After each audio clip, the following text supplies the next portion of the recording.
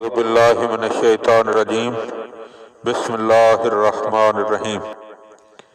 جزیرہ خضرہ کے زیر عنوان زمانہ غیبت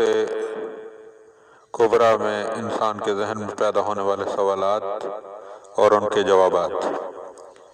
سوال: عالمی حکومت کا نظریہ جاہلیت کرنے والوں کی زیادتیوں کے نتیجے میں ابھرا تھا یا پھر دین و مذاہب کے طرف سے انسانیت کی بہبود اور فلاح کے لیے القاء ہوا ہے؟ جواب: امکان ہے کہ اس خیال کے پیدا ہونے میں ان دونوں محرکات کا ہاتھ ہو، اس لیے کہ جب پیغمبر گرامی علیہ السلام انسانی معاشروں کی بےسر و سامانی دیکھتے اور ان پر یہ واجب ہوتا کہ ساری دنیا کے لوگوں کو سعادت اور خوشبختی کی طرف دعوت دیں، تو وہ لوگوں کو واحد عالمی حکومت کے نظریے کی ترغیب دیتے تھے تاکہ یہ لوگ اس کے قیام کے لیے زمین ہموار کریں۔ دنیا کے سارے مذاہب اس کے قائل رہے ہیں کہ چونکہ ذات اقدس الہی نے انسان کو خلق کیا ہے اور اس کرۂ ارض پر سب سے اعلیٰ اور گراں قدر موجودات میں سے ہے، اس لیے ضروری ہے کہ سعادت اور اقبال مندی کی طرف اس کی رہنمائی کی جائے،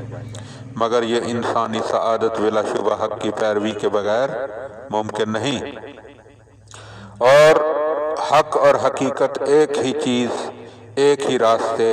اور ایک صحیح اور سیدھے خط و جہت کے علاوہ کچھ نہیں ہے۔ اس بنا پر حقیقی احکام دراصل ایک صحیح دین ہی کے ہو سکتے ہیں، اور بس چنانچہ کہا جا سکتا ہے کہ واحد عالمی حکومت کا خاکہ اور منصوبہ تیار کرنے والا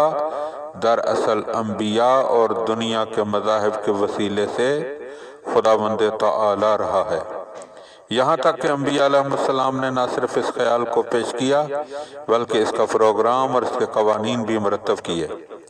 اس کے لیے انہوں نے ہر زمانے میں اس کو پیش نظر رکھتے ہوئے کہ لوگ ابھی زمین ہموار نہیں کر پائے ہیں، با اختیار نافذ کرنے والے مقرر کیے ہیں۔ زرتشتیوں کی کتاب زند میں لکھا ہے کہ اہریمن کے لشکر یزدان سے اس دنیا کی حد تک جنگ اور کشمکش کی حالت میں ہیں، اور ممکن ہے کہ کامیابی اہریمن والوں کو ہو، مگر اس طرح کی کامیابی نہیں کہ وہ یزدان کو مٹا دیں اور ناپید ہی کر دیں، اس لیے کہ سختی کے وقت آسمان کے خدا آہورا مزدا کی طرف سے یزدان کی مدد ہوتی کہ سارے اہریمن والے نابود ہو جاتے ہیں۔ اہریمن والوں کا سارا اقتدار بس زمین میں ہے، آسمان میں ان کا بس نہیں چلتا۔ یزدان کی کامیابی اور اہریمن کے ٹولے کی شکست فاش کے بعد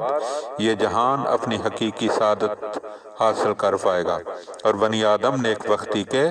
تخت پر فروکش ہوں گے۔ مقدس کتابوں خصوصاً تورات اور انجیل میں مصلح کل کے ظہور کے بارے میں بہت سی بشارتیں موجود ہیں، ان سب کا یہاں ذکر کرنا ممکن نہیں ہے، مگر مقدس دین اسلام میں آیات اور احادیث کے ذریعے اس موضوع کی طرف بار بار اشارہ ہوا ہے۔ اس کا ایک بہت عظیم پروگرام اور لائحہ عمل اسی دینی ضرورت کو پورا کرنا اور اس پر عمل درآمد کرنا ہے۔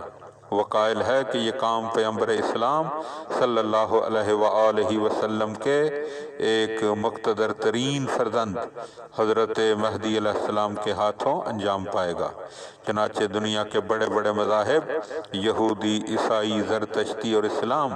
بلکہ جو بھی نبوت کے مدعی رہے ہیں، وہ نہ صرف اس نظریے کی تائید کرتے ہیں بلکہ اس کے پیرو ہمیشہ روز صلح کے اور واحد عالمی حکومت کے انتظار میں رہے ہیں۔ اللہم صلی علی محمد و آل محمد۔